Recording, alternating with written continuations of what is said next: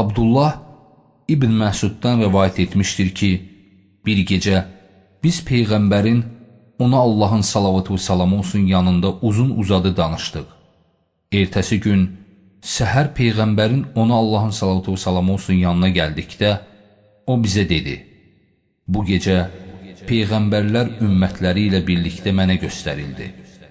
Peyğəmbərlər önümdən keçməyə başladılar. Kimisinin yanında 3 nəfər, kimisinin yanında bir dəstə, kimisinin yanında da bir nəfər, kimisinin yanında da heç kəs yox idi. Nəhayət, Musa qarşımdan keçdi.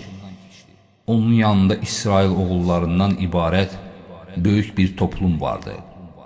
Bu toplum mənim çox xoşuma gəldi və soruşdum: kimdir bunlar? Mənə, bu qardaşım Musadır, yanındakılar isə İsrail oğullardır deyildi. Mən yenə soruşdum: yaxşı, bəs mənim ümmətim hardadır? Mənə sağına bax deyildi. Baxıb gördüm ki, alçaq dağlar insanların üzləri ilə örtülmüşdür. Sonra mənə soluna bax deyildi. Baxıb gördüm ki, üfüq insanların üzləri ilə örtülmüşdür. Məndən soruşuldu: razı qaldın mı? Mən dedim: ey Rəbbim, razı qaldım. Ey Rəbbim, razı qaldım. Mənə deyildi: onların arasında 70 min nəfər var ki, onlar sorğu-sualsız cənnətə girəcəklər. Sonra Peyğəmbər, ona Allahın salavatı və salamı olsun, sözünə davam edərək buyurdu: atam anam sizə fəda olsun. Əgər bu 70 mindən ola bilsəniz, olun.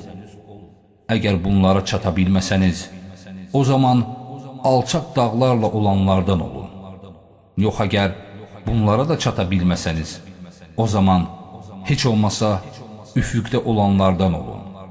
Mən orada istihamdan bir-birlərini qarışmış insanlar gördüm.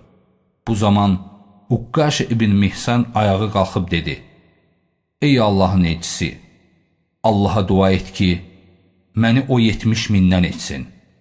Peyğəmbər, ona Allahın salavatı və salamı olsun, onun üçün dua etdi. Bu zaman başqa bir kişi ayağa qalxıb dedi: ey Allahın elçisi, Allaha dua et ki, məni də onlardan etsin. Peyğəmbər, ona Allahın salavatı və salamı olsun, dedi: Uqqaşə bu işdə səni qabaqladı. Abdullah ibn Məsud dedi: sonra biz öz aramızda müzakirə edərək dedik: bu 70 minin kimlər olduğunu düşünürsünüz? Bəlkə bunlar müsəlman olaraq doğulmuş və ölənə qədər Allaha heç nəyə şərik qoşmayanlardır. Bizim bu müzakirəmiz Peyğəmbərə, ona Allahın salavatı və salamı olsun, çatdıqda o dedi: onlar müalicə məqsədi ilə bədəninə dağ basmayan, özlərinə olsun oxunmasını tələb etməyən, hər hansı bir hadisəni uğursuzluq, əlaməti hesab etməyən və yalnız Rəbbinə təvəkkül edən kimsələrdir. Əhməd 3806-cı hədis. Peyğəmbər, ona Allahın salavatı və salamı olsun, dedi: